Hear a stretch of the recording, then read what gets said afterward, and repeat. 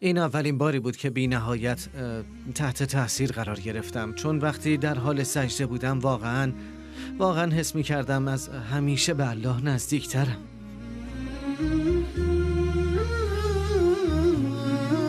در حدی که می دونستم بیشتر از این نمیتونم به معبودم نزدیک شم و این اولین سجده‌ای بود که در عمرم رفته بودم.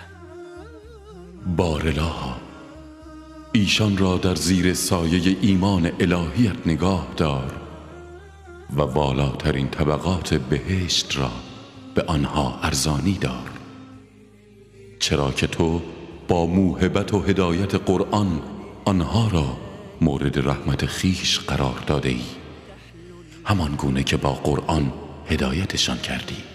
مولا أتيت أسلمت روحي للإله نور الحنايا والطلوع لله أعلنت الرجوع آياته تغدو شموع ويفيض في قلبي سنا نور الحنايا والطلوع لله أعلنت الرجوع آياته تغدو شموع ويفيض في قلبي سنا.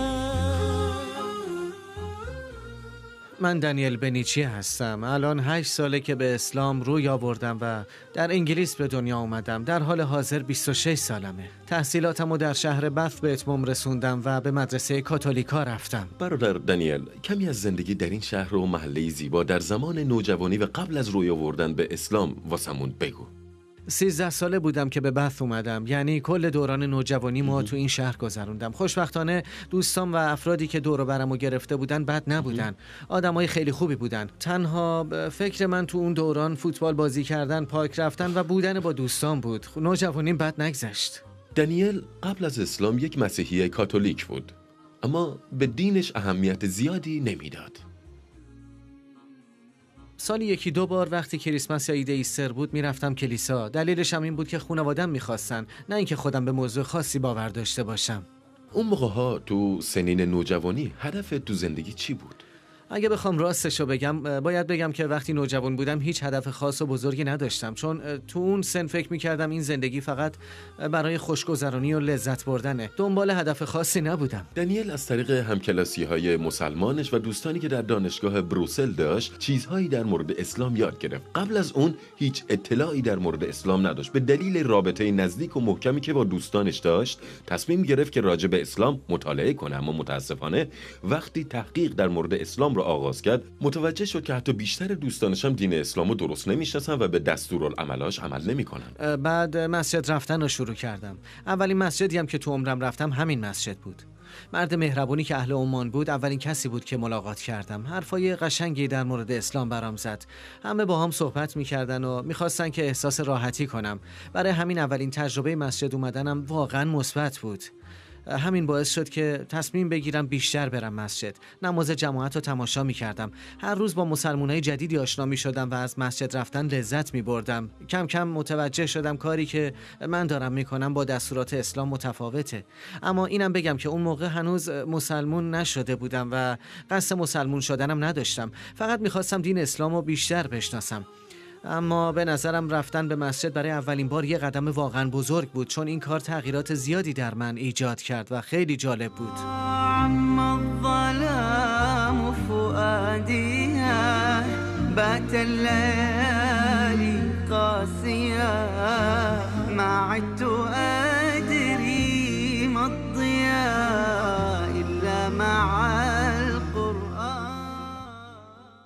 چندین کتاب اسلامی خریدم. بیشترشونم در مورد سیره بود، سیره حضرت نبی صلی الله علیه و آله و سلم. اما کتابی که در واقع منو قانع کرد و یه جورایی بهم نشون داد که تصویری که از اسلام در ذهنم ساخته بودم درسته، همین کتابیه که میبینین. اساسیات توحید نوشته شیخ بلال فیلیپس. این کتاب علاوه بر تصحیح و تکمیل نظر و تصور من از دین، من رو تشویق کرد که به تحقیقاتم در مورد اسلام ادامه بدم و سعی کنم که اونو تکمیل کنم. ماشاءالله. ببخشید که حرفتو قطع میکنم برادر عزیزم. میخواستم که اگه امکانش هست این کتاب ارزشمند رو ببینم. و جن و انس را نیافریدم مگر برای اینکه مرا پرستش کنند. پس آیا دیدی کسی را که هوس خویش را معبود خود قرار داده؟ بگویید اگر راست میگویید مرا گویید که اگر عذاب خدا یا ساعت مرگ بر شما فرا رسد غیر از خدا را میخوانید؟ کتاب جامعی ماشاءالله. همه آیات مهم مربوط به توحید و یگانگی خدا درش هست. اولین باری که قرآن رو باز کردم ترجمه انگلیسیشو خوندم و با خودم گفتم که میتونم ترجمه و تفسیرهای مختلف و دونه به دونه بخونم، اما راستش از اونجایی که میخواستم در یه زمان کوتاه اطلاعات زیادی رو به خاطر بسپارم خیلی قرآن رو متوجه نمیشدم. از همه جذابتر برام آیات مربوط به یگانگی الله بود. اولین آیاتی که خیلی رو تأثیر گذاشت در بین آیات کتاب الله سبحانه و تعالی چی بود؟ آیه‌ای در سوره طه است که میگه خدای شما فقط اللهه. معبود شما تنها آن خدایی است که جز او معبودی نیست و دانش او همه چیز را در بر گرفته است.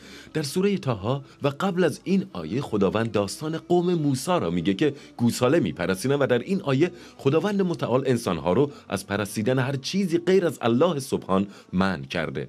با تدبر در این آیه من شما برادرانم و خودم رو نصیحت میکنم که هر روز و یا حتی هر هفته یکی از نامهای الله سبحان رو انتخاب کنیم، در موردش مطالعه کنیم و در اون تدبر کنیم و همین کار رو در مورد صفات الله تعالی هم انجام بدیم تا روز به روز نزدیک شیم به الله عزوجل.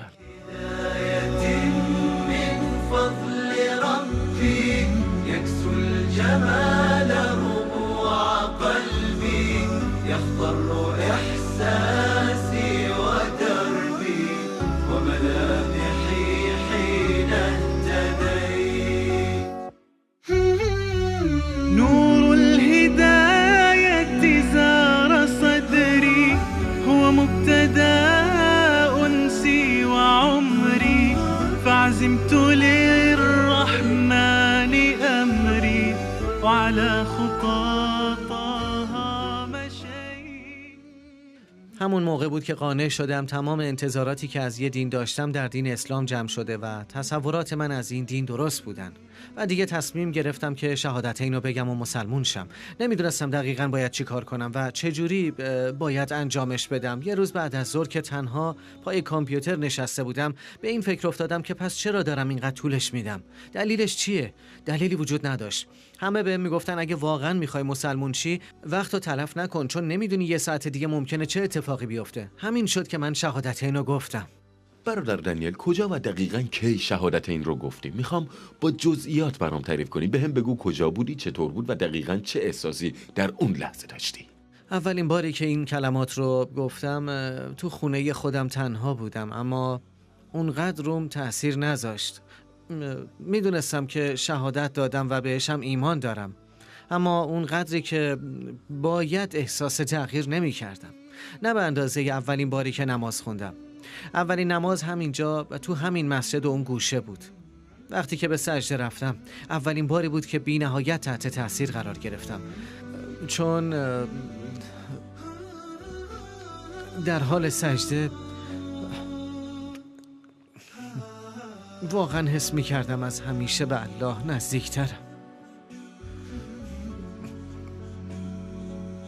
میدونستم بیشتر از این نمیتونم به معبودم نزدیک شم. با تمام وجود این واقعیت رو لمس میکردم و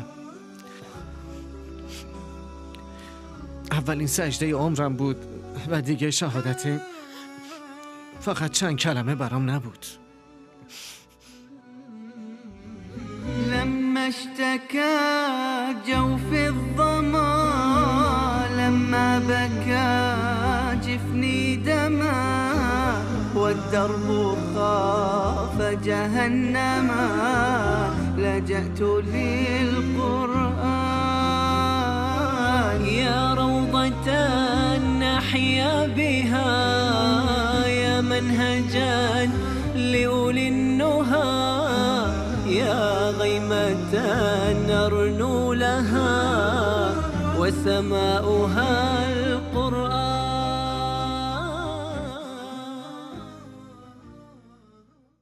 أشهد أن لا إله إلا الله وأشهد أن محمدا عبده ورسوله. بالقرآن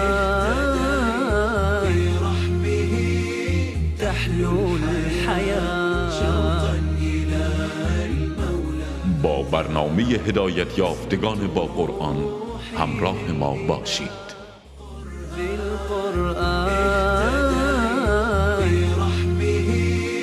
تحلو الحياة شوقا إلى المولى أتاي أسلمت روحي للإله كان المدى شوى حتى كساه الندى والقلب قد أرضاك يا رب حين اهتدى يا رب حين اهتدى يا منزل القرآن نورا على أحسست باطمئنان بالنور لما ابتدى. من یه مسلمان جوانم و 8 سال بیشتر نیست که به اسلام روی آوردم، اما یاد گرفتم که هر مسلمون باید کاری بکنه و نباید بی‌مسئولیت و بیخیال باشه. ما باید اسلام رو به دیگران معرفی کنیم و بهترین راه برای این کار اینه که مثل یه مسلمان واقعی رفتار کنیم، نه که فقط با حرف بهشون بگیم اسلام چیه، بلکه نشونشون هم بدیم. گاهی اوقات نیازی نیست حرفی به زبون بیاریم، چون رفتار و کردارمون خودش همه چیزو نشون میده. به نظر من یکی از زیباترین سوره ها و آیات قرآن در همون اول قرآن و سوره فاتحه است، به این دلیل که مسلمون شدن من رابطه زیادی با یگانگی الله داره. دانیل بیشتر از 8 سال نیست که به اسلام روی آورده. مطالعه و خواندن قرآن همیشه جزو اولویت‌هاش بوده. چیزی که منو متعجب کرده اینه، ایشون سند قرائت هفتگانه قرآن رو گرفته. دانیال پیش استادی قرآن رو فرا گرفته که قرائتش به صورت نسل در نسل به پیامبر بزرگوارمون میرسه. فکرش کنید بعضی از ما مسلمونا بعد از این همه سال هنوز نمیتونیم قرآن رو به خوبی ایشون تلاوت کنیم و بخونیم. دانیال کی و چطور قرآن خوندن رو به این شکل شروع کردی؟ همش وقتی شروع شد که فکر می‌کردم باید اصول ابتدایی خوندن زبان عربی رو یاد بگیرم. قصد و هدفم رسیدن به هیچ مقطع خاصی نبود، فقط میدونستم که باید شروع کنم تا بتونم قرآن رو بخونم. بنابراین موضوع رو با یکی از دوستام که اهل عمان بود و اون موقع تو بث درس میخوند در میون گذاشتم. مدت کوتاهی بعد از اینکه دانیل به اسلام روی آورد، آموزش خوندن زبان عربی و تلفظ و قرائت درست قرآن رو باهاش شروع کردم.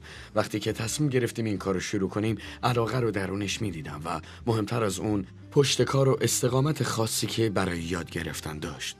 وقتی که خوندن رو شروع کردیم حدود 1.5 ساعت طول می‌کشید تا بتونم یه صفحه از قرآن رو بخونم. خیلی کند پیش می‌رفتم و خیلی هم سخت بود. وقتی که تونست مصحف رو 3 بار ختم کنه و قرائتش پیشرفت کرد، با شیخ عبدالرحمن محمود، شیخی که سند قرائت منو در اردن صادر کرده بود، تماس گرفتم. ایشون به من اجازه دادن و گفتن که هر کسی که در انگلیس قرائت رو از من یاد بگیره، من میتونم این سند رو بهشون بدم. ما یه دعوتنامه برای شیخ فرستادیم تا از اردن بیان بث. ایشون هم با من کار کردن و الحمدلله موفق شدم قرآن رو به همراه ایشون ختم کنم و در نهایت هم به این نتیجه رسیدن که من لیاقت این مدرک رو دارم و اجازه بهم دادن. لا اقسم بیوم القیامه ولا اقسم بالنفس اللوامه ایحسب الانسان ان لن نجمع عظامه بلا قادرین علی ان نسوی بنانه. من که هرگز فکر نمی‌کردم روزی از روزها در کنار یه افسر پلیس جوان بریتانیایی بشینم و به قرائت بی‌نقص و زیباش گوش بدم، حتی بهتر از اون چیزی که ماها میخونیم. حالا سوال مهمی که ازت دارم اینه، آیا زبان عربی میتونی حرف بزنی؟ آیا متوجه میشی و زبان عربی رو میفهمی؟ باید بگم بیشتر مکالمه‌های معمولی عربی رو کاملا متوجه میشم، اما خب وقتی پای کلمات سخت‌تر و غیر متداول‌تر میاد وسط یه کمی برام سخت میشه، ولی میتونم موضوع کلی و حدود 70 تا 80% مکالمات بین 2 نفر رو متوجه شم. نمیتونم خیلی خوب حرف بزنم چون هیچ تمرینی ندارم. اگه تمرین میکردم میتونستم خیلی سریع صحبت کردنم یاد بگیرم، چون هم میتونم بخونم و هم بفهمم. انشالله با یک کمی تمرین مکالمه رم یاد میگیرم. بارالله برای برادرمون دنیل دعا میکنیم و همه کسانی که ما رو میبینن برای ایشون دعا کنن تا بتونه قرآن رو حفظ کنه. افرادی که در زمینه حفظ و قرائت قرآن تخصص کافی داشته باشن در انگلیس زیاد نیستن و ایشون میتونه به این خوبی قرآن رو بخونه. خیلی از ماها که تو کشورهای مسلمون زندگی میکنیم والله که باید از خودمون خجالت بکشیم. حمیم والکتاب المبین إنا أنزلناه في ليلة مباركة إنا كنا منذرين. داستان پلیس شدن دنیل چیه؟ چطور برای این شغل قبول شد و کلاً چرا این کار رو انتخاب کرد؟ یه بار وقتی تو مسجد بودم تازه نماز تموم شده بود که یه آقایی وارد شد و خودشو بازرس پلیس معرفی کرد. خب وقتی دیدم که یه پلیس مسیحی اومده تو مسجد به استقبالش رفتم جلو بهش گفتم که به مسجد خوش اومدی و آیا مشکل خاصی هست و اینا. اونم گفت مشکلی نیست، فقط اومده به مسلمونا خبر بده که ثبت نام برای آموزش و استخدام پلیسای جوان در بس شروع شده. خوشحال میشن اگه کسی بخواد بره و ثبت نام کنه. با اینکه چیزی نبود که قبلا راجع بهش فکر کرده باشم، اما با خودم گفتم چرا که نه، خیلی هم جالبه و میخوام ثبت نام کنم. ثبت نام کردم و الحمدلله موفقم شدم اما قبل از اون باید چند تا مرحله رو میگذروندم و تو مصاحبه قبول میشدم. بعد از گذروندن این مرحله این شغل رو بهم پیشنهاد کردن، اما بلافاصله قبول نکردم چون 3 تا شرط داشتم. اول اینکه نماز جمعه‌ام رو حتما هر جمعه در مسجد بخونم. دوم اینکه 5 وعده نماز روزانه‌مو سر وقت و در هر شرایطی که هستم به غیر از موارد اضطراری بتونم بخونم. شرط سوم و آخری هم که بود این بود که ریشمو نزنم، چون میخواستم که همه بدونن که من یه مسلمونم. مخصوصا تو این کشور من به مسلمون بودنم افتخار میکنم. هو حجتي إن جئت للرحمن بكلام ربي يا فؤادي أشرقت روحي وتلهج للإله لساني. و این یه مسلمان واقعیه، کسی که به قوانین و جزئیات دینش افتخار میکنه و بهش عمل میکنه. متاسفانه بعضی از مسلمان‌ها تو کشورهای اسلامی به خاطر کار همه نمازاشون رو جمع میکنن و شب میخونن و بعضیاشون حتی نمازشون فوت میشه. دنیل یک الگوی عالی واسه جوانایی که میخوان به دستورات دینیشون پایبند باشن. علاوه بر اینا به نظرم اومد این کار به من کمک میکنه که به عنوان یه مسلمون به مردم خدمت کنم، چون اینجوری میتونستم شر رو از بین ببرم و خوبی و خیر رو جایگزین کنم. الحمدلله این یه شغل عالی برای من مسلمونه. بعد از مسلمون شدنت و بعد از فکر کردن در مورد اسلام کار دعوت به اسلام رو شروع کردی. چه فعالیت‌هایی در شهر باد بعد از مسلمون شدنت داشتین برادر دنیل؟ آخرین فعالیتی که داشتیم همین اواخر بود که تصمیم گرفتیم همایشی در جنوب شرقی انگلیس که شامل 4 شهر میشه برپا کنیم. در هر شهر یه همایش با موضوع میراث حضرت محمد رسول الله در قرن 21 برگزار شد. الحمدلله به کمک دنیل کلاس‌ها و همایش‌های زیادی برگزار کردیم. اخیراً کلاسی هم در مورد تفسیر سوره یوسف داشتیم. الحمدلله با کمک و اخلاص افرادی مثل دنیل هر روز افراد بیشتری به اسلام روی میارن و جوانهای بیشتری به مسجد میان. خیلی از ما به این فکر میکنیم که چرا آفریده شدیم و چرا اینجا هستیم. این سوال همیشه تو ذهن من بوده و هرگز هیچ جوابی براش پیدا نکردم تا اینکه اسلام همه جوابها رو بهم داد. نصیحت من به شما اینه که اگه به دنبال جواب سوالتون میگردین مستقیم برین سراغ دین مبین اسلام. قبل از پایان یافتن این ملاقات میخوام بدونم برادر عزیزم دنیل چه آرزویی در زمینه دعوت به اسلام داره؟ آرزو و خواسته قلبی من مخصوصا در مورد مردم مناطق مختلف انگلیس اینه که بتونیم کارامون رو در زمینه دعوت به اسلام به شکل گسترده تری ادامه بدیم. بتونیم کلاس ها و همایش های بیشتر و بزرگتری در شهرهای دیگه برای غیر مسلمونا بذاریم و یک کنفرانس اسلامی برگزار کنیم و افراد مختلفی رو دعوت کنیم تا بهشون نشون بدیم که اسلام در واقع چیه و رفتار واقعی مسلمونا چجوریه. این اولین کنفرانس جنوب غربی انگلیس میشه و کار ما رو در زمینه دعوت واقعا گسترش میده. برادران تو در وبسایت نون به یاری الله دائما همراه شما خواهند بود به اذن الله عزوجل. در پناه الله باشی برادرم. الله در کارتون برکت بده. أسير بدرب قرآني فيشرق صبحه الحاني أرتله وأحفظه وأقرأه بمعاني أسير بدرب قرآني ربيعي أنس أيامي صديقي بوح أحلامي شفاء الهم والشقوى يداوي جرحي دامي ربيعي أنس أيامي صديقي بوح أحلامي شفاء الهم والشقوى يداوي جرحي الدامي ولما تهت ثم أتيت لدرب كلام رب البيت وجدت النور والسلوى مع القرآن اهتديت مع القرآن اهتديت أسير بدرب قرآني فيشرق صبحه الحاني أرتله وأحفظه وأقرأه بمعاني أسير بدرب قرآني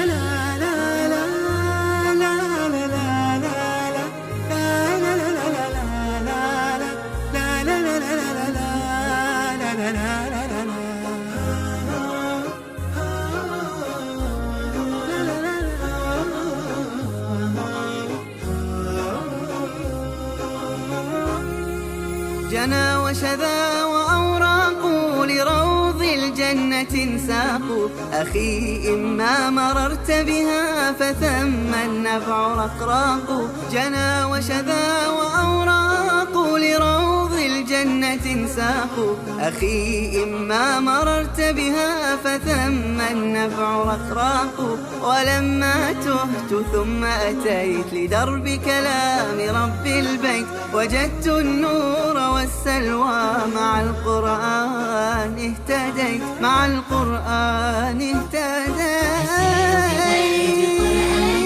فيشرق صبحه الحاني أرتله وأحفظه وأقرأه بمعاني أسير بدرب قرآني